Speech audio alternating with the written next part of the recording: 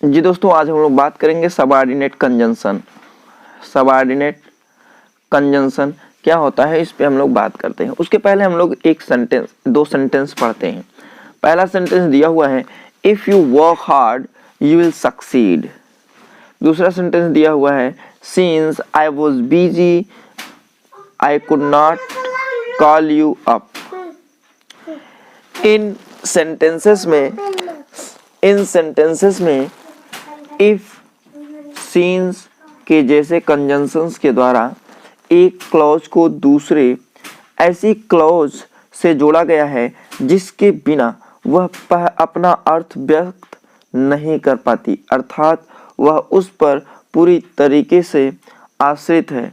यदि इन सेंटेंस को क्लॉज में बांटा जाए तो प्रिंसिपल क्लॉज बनेगी और दूसरी सबऑर्डिनेट क्लॉज बनेगी। एक प्रिंसिपल क्लॉज बनेगी, दूसरा सबऑर्डिनेट क्लॉज बनेगा। जिस कंजंक्शन के द्वारा सबऑर्डिनेट क्लॉज बनी हो उसे सबऑर्डिनेटिंग कंजंक्शन बोलते हैं। जिस कंजंक्शन के द्वारा सबऑर्डिनेट क्लॉज बने होते हैं उसे सबऑर्डिनेटिंग कंजंक्शन कहते हैं। सबऑर्डिनेटिंग कंजंक्शन अर्थ के अनुसार निम्न भागों में बांटा गया है। आइए हम लोग देख लेते हैं वन बाय वन करके। पहला दिया हुआ है टाइम।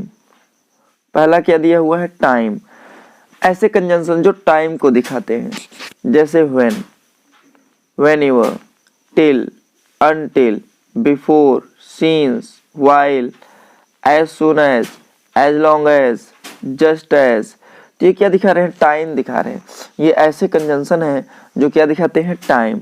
जैसे सेंटेंस में दिया हुआ है, व्हेन आई सा him I stopped my car. जब मैंने उसे देखा अपना कार रोक दिया। दूसरा सेंटेंस दिया हुआ है, as soon as it rains. ज्यों ही वर्षा होती है त्यों ही the farmers will sow the seeds. त्यों ही किसान अपने बीज को बोते हैं। तो यहाँ पे देखिए, एज सून एज, व्हेन, ये क्या है, ये आपके कंजंक्शन है जो सबऑर्डिनेट कंजंक्शन के भाग हैं, जो टाइम में आते हैं। किस में आते हैं, टाइम में आते हैं। ठीक है। दूसरा ये देख लेते हैं, प्लेस। प्लेस में दिया हुआ है, where, wherever, where, wherever, you can go wherever you want. तुम जा सकते हो जहां तुम चाहते हो। तो ये आपका प्लेस के लिए है।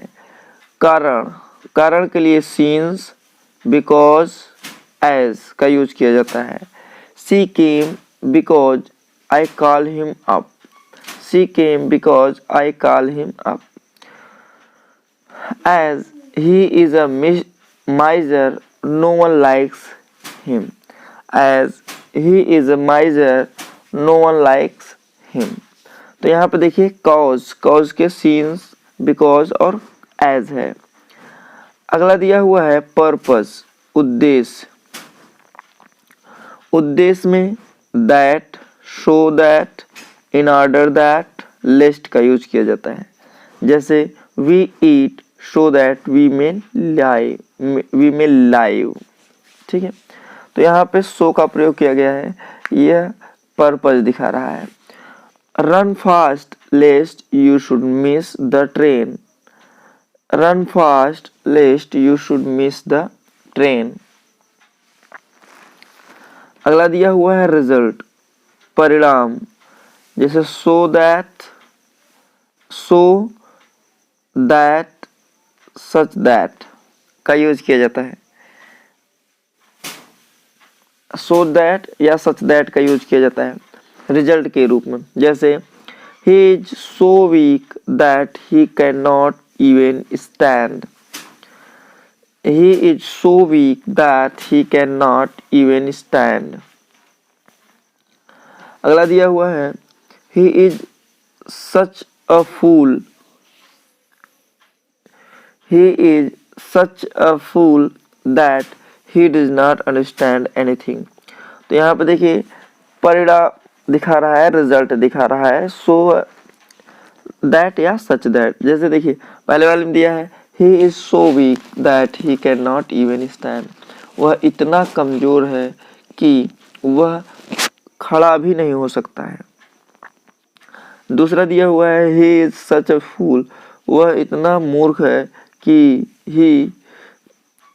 वह कुछ भी समझ नहीं सकता है, कुछ भी समझ नहीं पाता है। अगला दिया हुआ है कंडीशन। तो कंडीशन में हम लोग यूज करते हैं इफ, सपोजिंग, अनलेस, प्रोवाइडेड। ठीक है, जैसे he can not succeed unless he works hard. I will help him provided he mends his ways। तो देखिए ये क्या दिखाते हैं, कंडीशन दिखाते हैं, I will help you provided he mends his ways। अगला दिया हुआ है मैनर। मैनर में as, as if, as though, as for as, ये क्या दिखाते हैं, मैनर दिखाते हैं। जैसे he scolded me as if he were my father, वह ऐसे डांट रहा है जैसे वो मेरा पिता हो। नोट, अगर as द अर्थ चूंकि हो तो उसके बाद सो का प्रयोग ना करें।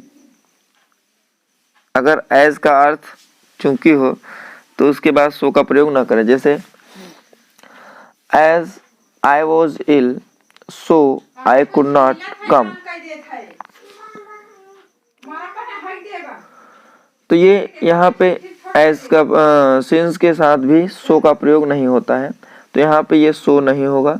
उसी तरीके से since के बाद साथ भी सो का प्रयोग नहीं किया जाता है।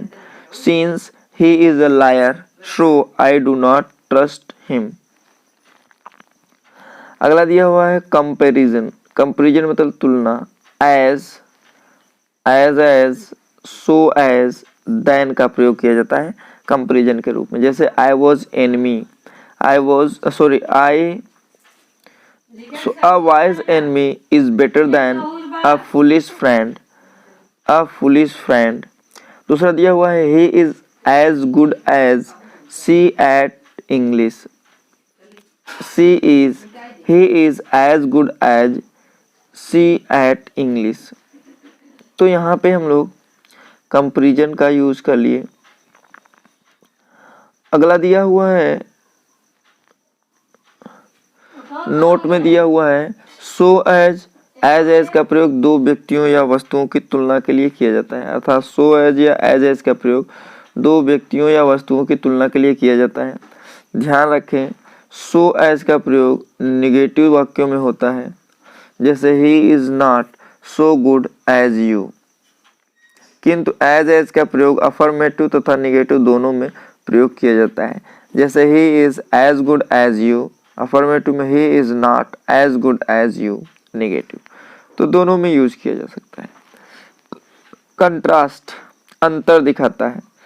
दो, ऑल्दो, हाउएवर, ये क्या दिखाता है, अंतर दिखाता है। जैसे दो he worked hard he failed, यद्यपि उसने कठिन परिश्रम किया फिर भी वो फेल हो गया। I tried very hard, however I could not win the race, मैंने बहुत प्रयास किया, अथक प्रयास किया, फिर भी मैं वह रेस नहीं जीत पाया। कोरिलेटिव कंजंक्शन, अगला दिया हुआ है conjunction correlative conjunction. Correlative conjunction क्या होता है, जो कंजंक्शन पे जोड़े में प्रयुक्त होते हैं उन्हें कोरिलेटिव कंजंक्शन कहते हैं।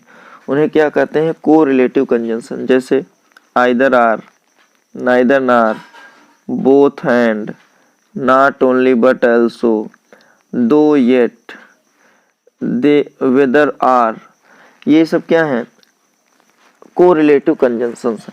क्या है, कोरिलेटिव कंजंक्शन। जैसे neither his friends nor his parents, neither his friends nor his parents knew about his evil intention। अगला दिया हुआ है I do not know whether he will come or not। तो ये क्या है, कोरिलेटिव कंजंक्शंस हैं। अगला दिया हुआ है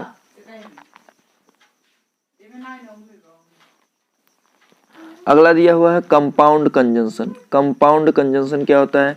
कंजंक्शंस जब शब्दों का समूह हो तो कंपाउंड कंजंक्शन कहलाता है। क्या कहलाता है? कंपाउंड कंजंक्शन कहलाता है ये जब शब्दों का समूह होता है। जैसे in order that, in order that, जैसे the announcement was made in order that all might know the new date of exam. On condition that, in order that, on condition that, जैसे I will give you money on condition that you will not misuse it, even if she will succeed in life, even if she faces some initial failure, so that we eat, so that we may live या live, provided that you can take any dress, provided that you return it after the party, as though he shows off, as though he is very rich, as well as Ram as well as his friends has come to the party, as soon as the farmers will sow the seeds, as soon as it rains, as if he scolded me, as if he were my father।